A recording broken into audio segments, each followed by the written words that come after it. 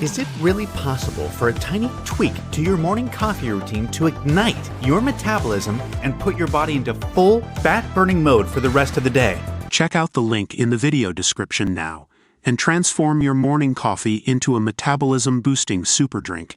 It was one of the most meaningful statements in the history of fashion and the royal family. Nearly 30 years ago, on the night Prince Charles admitted to his affair with Camilla, his estranged wife Princess Diana slipped on a little black number to relay her own powerful, if silent, message.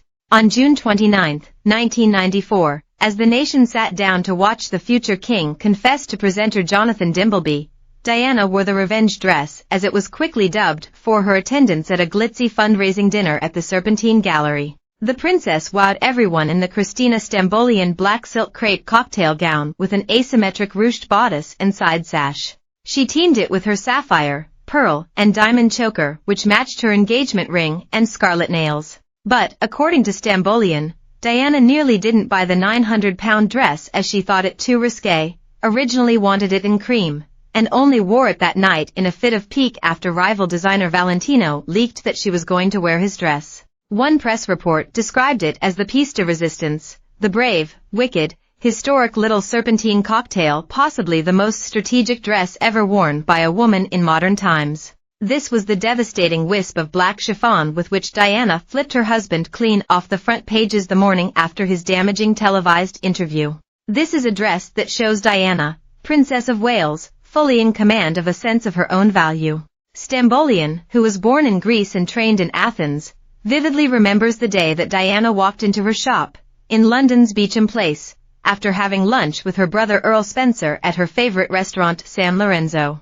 Diana bought a black and red short, day dress, a yellow silk blouse and a small cream sleeveless blouse which added up to about £400, she previously recalled. She said Diana told her, "I want a special dress for a special occasion.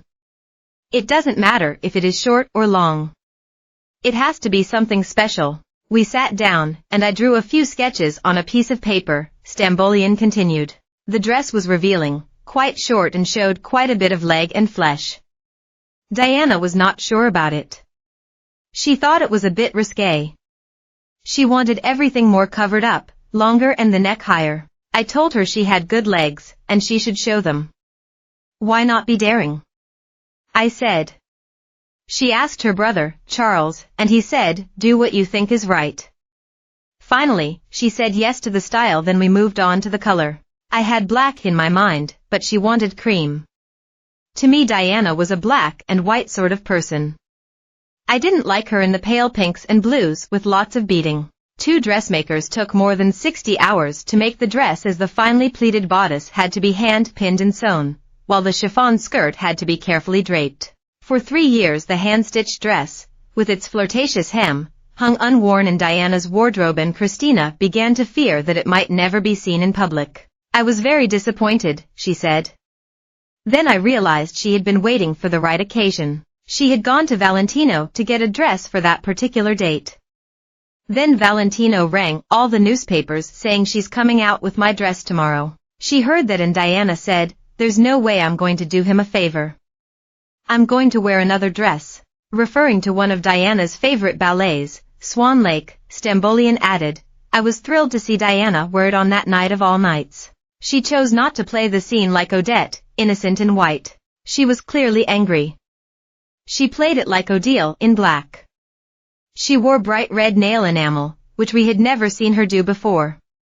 She was saying, 'Let's be wicked tonight.'" Stambolian did not see Diana again until the reception for the Christie's auction, in June 1997, when Diana auctioned 79 of her most iconic evening gowns. She whispered to Stambolian, "By the way, that little black dress, I had a job to squeeze into it." What she meant was she wore it after 2 years and had put on weight, the designer explained. In fact, she looked in the photographs a bit squashed into it.